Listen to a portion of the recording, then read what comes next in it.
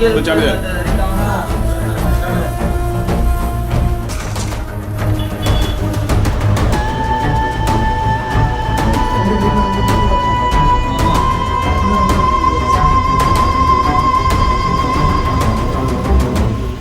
வேகத்தில் சென்று ஒரு உயிரையே பறித்த பதைபதைக்க வைக்கும் காட்சி. குழந்தைகளை ஏற்றி செல்லும் பள்ளி வாகனத்துக்கு இவ்வளவு வேகம் ஏன்?